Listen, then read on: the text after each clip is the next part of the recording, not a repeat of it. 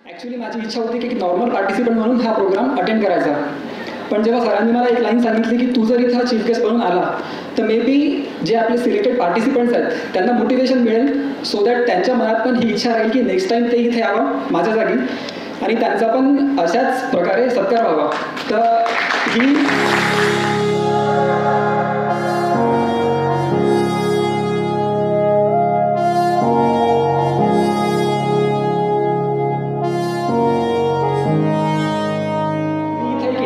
तुमच्या सगळ्यांचा एक रिप्रेझेंटेटिव्ह म्हणून उभा आहे आणि माझी जर्नी सांगायची झाली तर मॅडमनी एक ब्रीफली सांगितलीच आहे.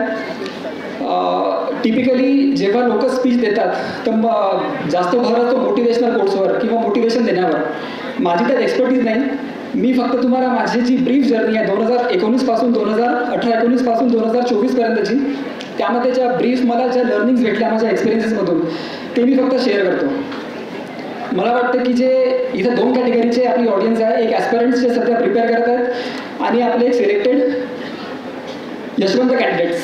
तर ॲस्पिरंटसाठी मी इतकंच म्हणेन की सगळ्यात महत्त्वाची ॲडवाईस जी मला माझ्या एक्सपिरियन्सवरून वाटते ती ही की आपल्या जवळच्या लोकांच्या कंटिन्युअसली टचमध्ये राहा. टचमध्ये राहण्याचा अर्थ असा नाही की फक्त तुम्हाला दिवसात एकदा फोन करायचा आहे आणि त्यांना सांगायचं कसं आहे कसं नाही. त्यांना आपल्या जर्नीमध्ये इन्व्हॉल्व करून घ्या. आपल्या जवळच्या लोकांना, मे बी ते आपले पॅरेंट्स असतील, आपले सिबलिंग्स असतील, आपले जवळचे मित्र असतील, त्यांना आपले डेली स्ट्रगल्स, आपले डेली प्रोग्रेस, आपण कसं छोट्या छोट्या चॅलेंजेसला टॅकल करत आहे, ह्या सगळ्या गोष्टी शेअर करा. हे मी यासाठी सांगत आहे की याचा फायदा असा होतो की एकतर तुमच्या मनाला खूप मोठा आधार राहील आणि दुसरी गोष्ट की कधी आपण आपल्या जर्नीमध्ये इतकी गुंतून जातो की छोट्या छोट्या प्रॉब्लेम्सचे जे सिम्पल सोल्युशन्स आहेत ते आपल्याला मिळत नाहीत. आणि अशाच वेळी जे आपल्या जर्नीमध्ये आपल्यासोबत आहेत त्यांची आपल्याला खूप मोठी हेल्प होऊ शकते. तर आपल्या जवळच्या लोकांच्या, पॅरेंट्स, सिबलिंग्स, जवळचे मित्र यांच्या टचमध्ये राहा आणि त्यांना आपल्या जर्नीमध्ये एक पार्टिसिपंट बनवा. मला वाटतं की मी माझ्या आसपासच्या लोकांना खूप पाहिलेलं आहे, ज्या पण लोकांनी आपापल्या पॅरेंट्सला, आपापल्या जवळच्या लोकांना एक पार्टिसिपंट बनवलं आपल्या जर्नीमध्ये, त्यांना सक्सेस खूप लवकर मिळालेली आहे. आणि दुसरी simple advice for our selected candidates, I think Sachin सरांनी जी लाईन म्हटली की ज्या लोकांनी आपल्या कठीण काळात आपल्यासोबत राहिले, आपले पॅरेंट्स, आपले जवळचे नातेवाईक, त्यांची काळजी घ्या. आणि सचिन सरांनी खूप पोएटिक वेमध्ये ते वर्णन केलं, ते मला जमणार नाही, पण फक्त मी इतकं सांगेल की त्यांची काळजी घ्या.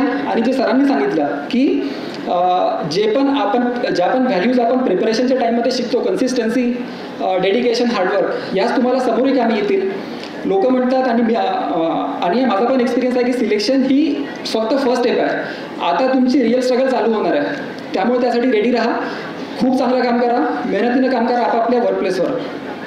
तिसरी आणि लास्ट ॲडवाईस, ते स्टुडंट्स जे SBI PO, IBPS PO या एक्झाम ज्या लोकांनी क्लिअर केल्या आहेत त्यांना मी सांगेल की ड्रीम बिग, याच्या पलीकडे विचार करा. नाबार्ड, RBI, SEBI या मोठ्या एक्झामचा विचार करा. या एक्झाम जितक्या वाटतात तितक्या डिफिकल्ट नाही आहेत, कॉम्पिटिशन आहे, पण जर कन्सिस्टन्सी आणि डायरेक्शननी अभ्यास केला तर कोणी पण नॉर्मल कॅन्डिडेट या एक्झाम्स क्लिअर करू शकतो. गायडन्ससाठी आपले सगळे लोक आहेतच, मी पण आहे. शेवटी जाता म्हणेन की 2019ला आता आपण व्हिडिओमध्ये पाहिलं 177 रिझल्ट्स आणि 2025मध्ये 1100+ रिझल्ट्स.